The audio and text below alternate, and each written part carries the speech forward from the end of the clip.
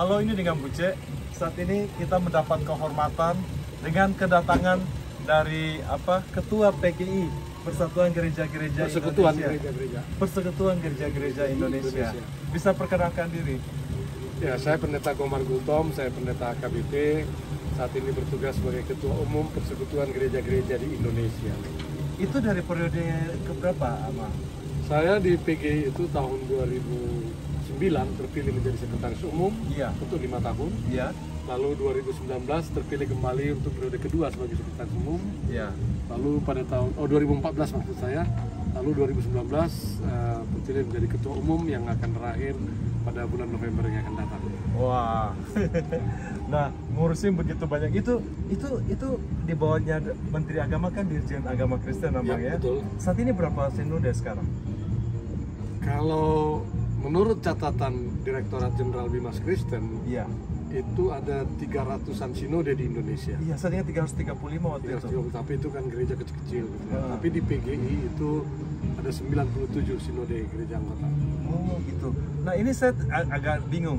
Jadi di bawahnya Menteri Agama itu Dirjen Agama Kristen, PGI itu di mana Pak Amang? Di bawahnya langsung atau bagaimana? Ini kita mitra aja. Mitra. Karena Dirjen Bimas Kristen itu kan aparat negara. Betul. Sementara Persekutuan Gereja-Gereja di Indonesia itu lahir dari gereja, bukan dari negara. Oh. Jadi berbeda dengan MUI. Kalau MUI itu kan bentukan pemerintah. Iya. Kalau PGI itu didirikan oleh gereja-gereja. Sama dengan BKS di sini di LA ya. Sama seperti di sini bentuknya. Kita dari gereja-gereja. Jadi ini gereja-gereja mainstream di Indonesia umumnya, gereja-gereja yang sinode-sinode yang lahir dari kandungan pekabaran Injil abad 18-19. Iya. Kemudian juga belakangan masuk gereja-gereja Pentakostal, gereja-gereja evangelikal juga bergabung di PGI. Kalau Katolik masuk enggak? Tidak. Katolik punya Advent, Katolik, Baptis tidak. Baptis tidak, Advent tidak, Katolik tidak. Jadi mostly Protestan dan karismatik. Ya, Protestan, Pentakostal sebagian, evangelikal sebagian, karismatik sebagian. Oh gitu ya. Nah, isu itu bisa mencerminkan sekitar 85% dari Protestantisme di Indonesia. Gitu ya. Nah ini ada isu yang menarik yang waktu itu saya dengar rame di soroti di Indonesia nih, yaitu tentang mengucapin agama selamat hari Natal gitu. Gimana itu bagaimana? Ya memang dari kalangan saudara-saudara kita Muslim ada fatwa dari tahun berapa gitu yang melarang untuk mengucapkan selamat hari Natal karena dianggap itu memasuki akidah ya. Gitu ya. Karena mereka kan tidak mengakui Yesus sebagai putra Allah. Jadi itu itu hak mereka gitu. Kita tidak mencampuri. Tetapi bagi kita gereja-gereja di Indonesia nggak ada masalah dengan itu, karena dengan atau tanpa ucapan selamat dari umat manapun Natal tetap berjalan, nggak ada masalah itu. Tetapi juga sebetulnya itu tidak mencerminkan keseluruhan Muslim di Indonesia. Tidak ya. Hanya sebagian kecil, bahkan para pimpinan umat Muslim saya selalu menerima ucapan selamat hari Natal dari mereka. Nah, isu apa sebenarnya yang banyak diselesaikan atau ini sama PGI ini? Persoalan yang paling banyak kami hadapi itu kan soal penegakan hak asasi manusia. Iya. Jadi kami di PGI tidak hanya ngurusin soal gereja yang ditutup sebagaimana dipikirkan orang. Kita hanya bagian kecil saja. Yang paling banyak kami hadapi justru masyarakat yang tergusur. Masyarakat adat yang hak-haknya diserobot oleh masyarakat adat. Masyarakat itu adat. Not even Kristen sometimes. No. Banyak yang datang ke PGI itu yang bukan Kristen. Jemaat Ahmadiyah. Syiah datang ke PGI, kami bekerja bersama memperjuangkan hak-hak mereka. Jadi masyarakat adat di Indonesia itu kan punya agama lokal. Betul. Kristen, Islam, Katolik, Konghucu, Buddhis, Hindu, itu agama pendatang di Indonesia. Gitu ya? Iya dong. Iya betul. Agama asli itu Parmalin, Kejawen, Sunda Wiwitan, Kaharingan, di Kalimantan Kaharingan, itu agama asli di Indonesia. Tapi hadirnya agama-agama yang 6 ini meniadakan mereka, hak-hak mereka tidak diakui oleh negara. Mereka punya masyarakat adat punya wilayah adat, Iya. oleh negara tidak diakui. Hutan adat tidak diakui oleh negara. Yang ada hutan negara. Iya. Jadi banyak di antara mereka tergusur. Ah. Banyak di antara mereka yang datang ke PGI mengadu untuk memperjuangkan nasib mereka. Apa yang dilakukan PGI? Ya PGI tetap mendampingi mereka memperjuangkan hak. Antara lain misalnya kami ikut menggugat Undang-Undang Nomor 41. Undang-Undang Nomor 41 Saya lupa tahun 99 kalau nggak salah, tentang kehutanan. Di situ undang-undang itu hanya ada 2 hutan di Indonesia. Oke.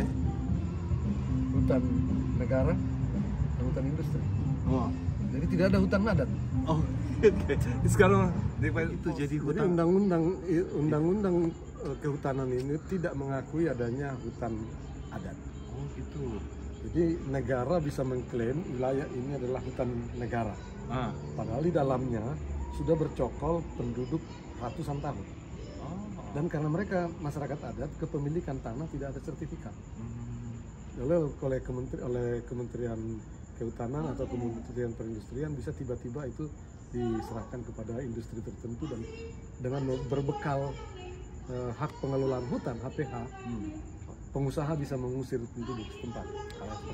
Termasuk juga kami itu aman yang menggugat kita dukung. Lalu kami juga ikut mendukung gugatan terhadap Undang-Undang Nomor 1 PNPS tahun 1965. Undang-Undang Nomor 1 PNPS tahun 1965 yang undang-undang ini tentang penodaan agama sebetulnya. Yang di situ akibat dari situ hanya 6 agama diakui. 6 agama diakui. Sehingga betul. masyarakat adat yang tidak agama lokal Masuk di situ, tidak bisa punya KTP. Iya. Tidak punya kartu keluarga. Iya. Anak-anak tidak punya akte lahir. Iya. Perkawinan tidak diakui. Itu yang diselesaikan ya. Mahkamah Konstitusi mengabulkan beberapa bagian untuk hak-hak mereka. Termasuk juga hutan adat itu oleh Mahkamah Konstitusi diminta dibatalkan bagian tertentu. Oh gitu. Nah, hal-hal seperti itu kita perjuangkan. Juga misalnya Papua, Pak Buce kan mau ke Papua. Di Papua itu paling banyak pelanggaran hak asasi manusia. PGI ikut memperjuangkan.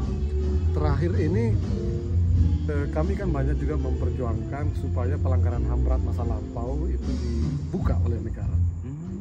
Apa itu? Misalnya peristiwa G30 SPKI, pelanggaran Semanggi, dan beberapa pelanggaran-pelanggaran lain. Presiden Jokowi 2 tahun lalu membentuk tim untuk membuka kembali ini masalah penyelesaian terhadap pelanggaran-pelanggaran HAM masa lalu termasuk tahun 65 itu. Dan 1 orang dari PGI diminta untuk ikut di dalam tim itu. Jadi artinya kita memperjuangkan sebetulnya bukan soal hak-hak gereja, tapi hak-hak masyarakat. Karena untuk itu gereja hadir. Gereja hadir tidak hanya untuk dirinya, tapi juga untuk menjadi garam, Indonesia, menjadi garam bagi Indonesia. Bagaimana menjadi Indonesia yang sejahtera, Indonesia yang makmur dan adil. Itu yang kita bersama-sama. Nah, ini ada isu yang paling belakangan ini, Mbak Amang, yaitu pemerintah memberikan hak pengelolaan tambang kepada gereja pada ini. Saya dengar gereja-gereja menolak. Gimana itu, Amang? Kita terima apa enggak nih? Ya, kami sih PGI menerima, ditawarkan ke PGI. Kami menghargai niat Presiden untuk itu, tapi PGI jelas dengan tegas kami menolak. Kenapa, Amang? Kenapa? Kami juga butuh uang, ya. Semua butuh uang, tetapi tidak semuanya harus dengan uang. Oh gitu. Kita tahu masalah tambang.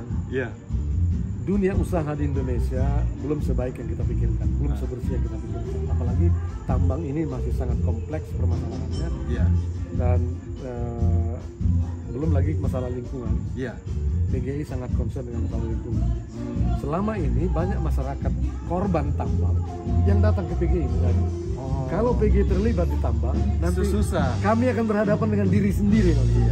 Jadi dengan segala hormat kepada tawaran kita semua itu pada bingung. Kenapa PGI menolak untuk mau menerima tambang? Kan bisa kasih ke Pak Luhut, nanti untungnya kan ke gereja-gereja gimana? Bisa tapi kita bisa gitu. Bisa kita berikan kepada orang yang ahlinya. Tapi kita tidak punya kemampuan mengontrolnya. Betul. Kita nggak bisa ini. Tugas kami di PGI adalah memberdayakan umat, bukan untuk mencari keuntungan. Apakah PGI nggak berusaha? Ada badan usaha kita punya rumah sakit. Tapi kalau rumah sakit itu kan kemaslahatan masyarakat. Kalau rumah sakit rugi nggak apa-apa. memang untuk itu. Tapi kalau dunia tambang rugi, masa uang janda-janda miskin persembahan mereka kita curahkan ke situ. Jadi kami mau konsentrasi di tugas pastoral itu aja. Seperti BKS, kami juga kan menaungi kurang lebih 110 gereja Indonesia di sini, berbagai dominasi. Kadang-kadang ada merantai A dan B. Tentu itu bukan hal yang asing lah. Itu sangat masif. Bagaimana Amang menghadapinya? PGI menghadapinya bagaimana? Apakah diatur PGI tidak akan mencampuri sampai gini atau hanya ada batas atau bagaimana? Di PGI ada 97 gereja anggota dan itu beragam denominasi, ada Metodis, ada Presbyterian, ada Lutheran, ada Reform, ada Mennonite, Pentakosta, ada Evangelika. Mormon masuk nggak? Mormon mereka sedang melamar sekarang untuk melamar. Okay. Nah, di PGI kita tidak memasuki ajaran dari gereja masing-masing. Oh gitu. PGI itu hanya semacam payung bersama, sementara sinode punya pemerintahannya sendiri. Iya. Punya sistemnya sendiri, punya tradisi sendiri. Dia tidak ikut campur. Tidak ikut campur. Nah, memang kadang-kadang kan sulit kita membedakan, memisahkan. Misalnya, katakanlah masalah yang sangat hangat di Amerika ini, yang di Indonesia sangat sensitif. Katakanlah misalnya tentang LGBT, atau perkawinan sesama jenis. Bahkan perkawinan beda agama. Gereja-gereja kan punya ajaran yang berbeda-beda. Betul. Tidak bisa ikut masuk ya. Nah, PGI bagaimana menyikapi ini tidak mudah. Betul. Kita harus mengatakan sesuatu, tapi bagaimana ini tidak bisa membuat A yang B tidak setuju, B A tidak setuju. Di situ sulitnya dan di situ dibutuhkan kelenturan dari PGI. Jadi tidak bisa kaku apa? Nggak bisa kaku. Gitu nggak ya, bisa. ya. Kita bukan berarti kita berkompromi, bukan kompromi, bukan. Tapi jangan kaku. Kelenturan dalam arti yang prinsip kita harus katakan ya. Tetapi kalau itu menyangkut hal yang tidak terlalu prinsip, ya kita bisa berbeda. Misalnya saja kami sangat berbeda sikap tentang perang Israel Palestina. PGI mendukung kemerdekaan Palestina. PGI mendukung hak asasi orang-orang Palestina yang banyak dibombardir oleh kolonialisme Israel. Tapi akan gereja-gereja anggota bagaimana kamu mengatakan kolonialisme Israel ya? Betul. Saya mengerti hal seperti itu. Tapi kan kita harus bisa berjalan bersama di tengah perbedaan-perbedaan yang ada itu. Gitu. Terima kasih Amang untuk pencerahannya, teman-teman. Ini adalah satu kehormatan bagi kita di Los Angeles. Kita kedatangan daripada Ketua PGI. Ini orang penting loh di Indonesia. Semua kita penting di mata Tuhan. Sangat penting ada di sini dan kami sangat senang dan beliau bisa mencerahkan kita bagaimana sikap PGI untuk sebagai organisasi besar yang merangkul, bagaimana harus jangan bisa lentur ya, jangan terlalu kaku gitu ya. Terima kasih Amang. Terima kasih Pak Buce, sukses selalu ya. Salam buat teman-teman di PKS kita di Los Angeles. Terima kasih.